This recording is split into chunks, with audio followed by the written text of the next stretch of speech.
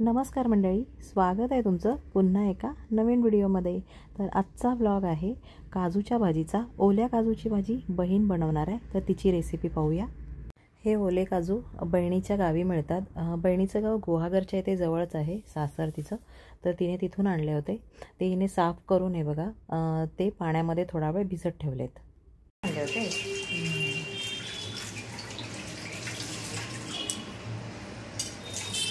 गुहागरचे, गुहागरवाले काजू।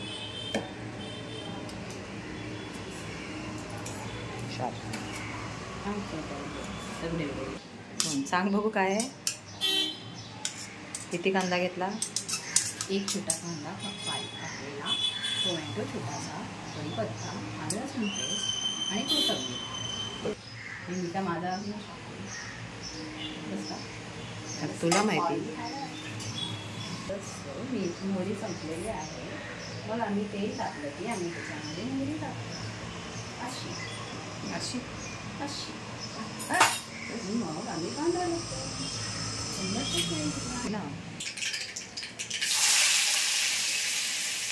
तो आला कांदा टाकल्या आला। अच्छा, कढीपत्ता मी तोडून टाकते, आमची बहीण काय तोडून फोडून टाकत नाही।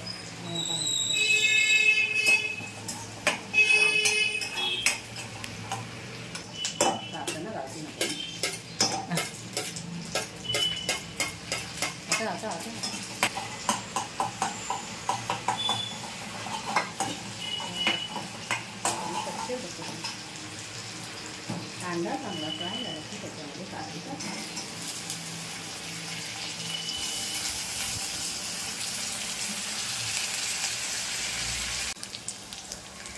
तू नाही टाकते धने पावडर? हां, तू धने पावडर नाही? चिकन मसाला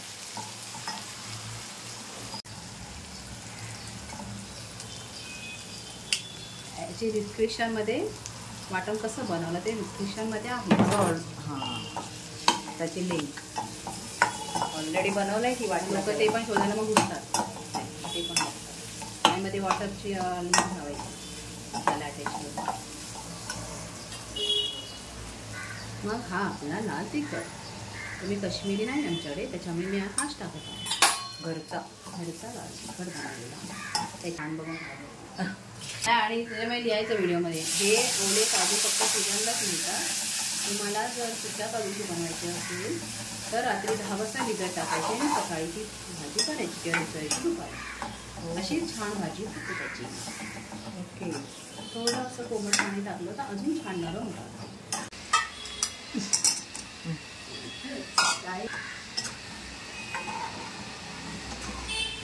बटाटे तर थोडं मोठे टाकले नाही अहो ह्याचा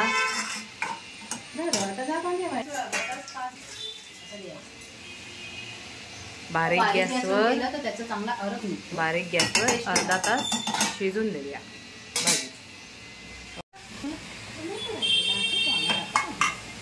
थोड्या वेळाने शिजली किंवा टोमॅटो असं घ्यायचं अर्धी शिजल्यावर।